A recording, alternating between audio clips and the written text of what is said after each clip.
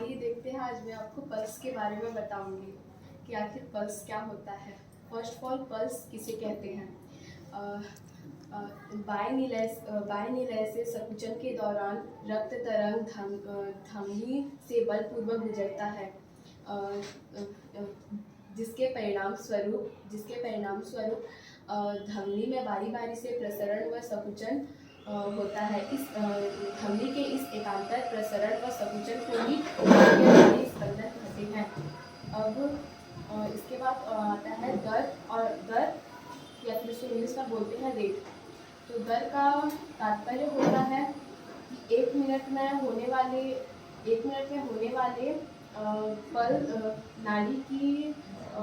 नाड़ी स्पंदन की संख्या। जो सामान्य व्यक्ति का जो नाड़ी दर होता है वो 60 से 100 प्रति मिनट होता है। 60 से 100 प्रति मिनट होता है। अगर हमारा जो नाड़ी है, अगर हमारा नाड़ी जो है 100 प्रति मिनट से हमारा नाड़ी दर जो है वो अधिक हो जाता है तो उसे ट्रेडिकोर्डिया कहते हैं। और अगर हमारा नाड़ी दर 60 प्रति मिनट से अगर कम हो जाता है तो उसे ब्रेडिकोर्डिया कहते हैं। नाड़ी के संबंध में कुछ जानकारियां हैं, आइए हम उसे देखते हैं।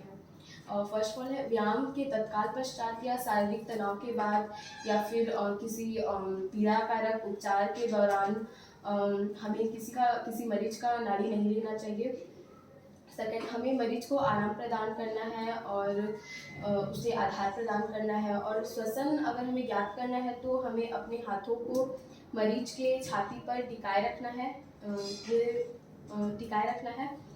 बाद टिकाए रखना है। अगर मरीज जो है परेशान है, व्याकुल है, तो उसके शांत होने तक का हमें वेट करना है।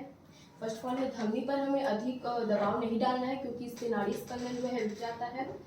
और उसके बाद है, हमें अगर किसी मरीज का नाड़ी ज्ञात करना है तो हमें हमारे अंगूठे का प्रयोग नहीं करना है, क्योंकि हमारे अंगूठे में भी रेडियल धमनी पाया जाता है, जिससे कि हम गलती से अपने ही नाड़ी को गिन लेते हैं। इसलिए हमें नाड़ी अगर ज्ञात करना है तो हमें हमारे प्रथम व तृतीय उंगली का प्रयोग करना चाहिए।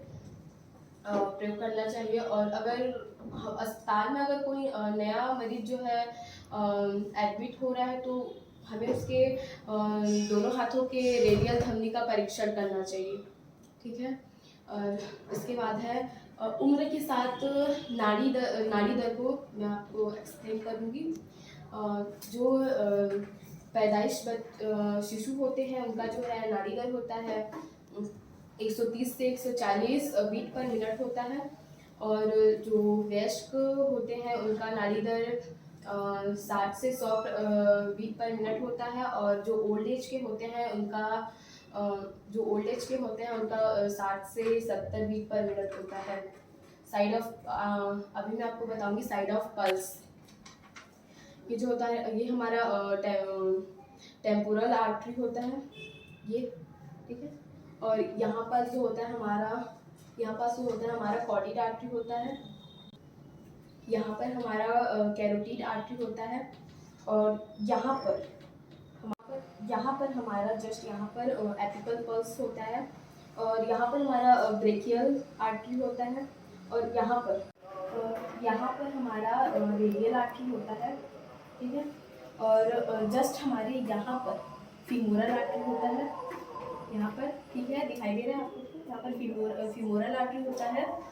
और यहाँ हमारे नी के पीछे यहाँ पर थोड़ा सा इस साइड यहाँ होना चाहिए, यहाँ पर होता है हमारा पोप्लिटियल आर्टरी होता है।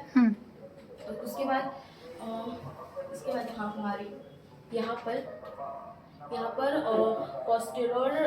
पोस्टेरोर टाइबियल आर्टरी होता है, टिबियल आर्टरी यहाँ पर पोस्टेरोर टिबियल आर्टरी होता है। और हमारे यहाँ जस्ट यहाँ पर डोर्सालिस टेरिस आर्टरी होता है, यहाँ पर थोड़ा करता है।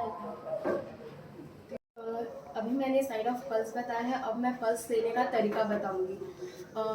यहाँ हमारे रेडियल आर्टरी पर हम लोग पल्स फील करने के लिए टिप ऑफ 3 फिंगर्स का प्रयोग करते हैं। मैं बताती हूँ कैसे करते हैं। ये हो गया हमारा टिप ऑफ 3 फिंगर्स। यहाँ पर हमें इस तरह से हमारे रेडियल आर्टरी के पास अपना उंगली रखना है और हमारे जो ठीक बीच वाला उंगली है उसको थोड़ा सा पुश करना है और हमको रेडियल थंबी जो है फील होता है। हमें हमारा जो हम बीच उंगली से जो थोड़ा सा हमारे रेडियल थंबी को फील करने के लिए जो पुश करते हैं उसको थोड़ा सा हमको कम फील करना है, हमको थोड़ा सा कम पुश करना है हमारे बीच वाले उंगली को, क्योंकि इससे जो है हमारे जो रेडियल थंबी है वो ज़्यादा पुश करने से उसका जो है सर्कुलेशन जो है रुक जाता है, ब्लड सर्कुलेशन। और हमें कम से कम 1 मिनट तक फील करना है, मतलब हाथ रख ये थे साइड ऑफ पल्स और पल्स ज्ञात करने के कुछ नॉर्मल तरीके। और सबसे महत्वपूर्ण बात यह है कि हमें 1 मिनट तक ही हमको पल्स लेना है। और जैसे ही हम पल्स लेते हैं तो उसको हमें कॉपी में नोट कर लेना है ताकि हम भूल ना जाएं। और धन्यवाद।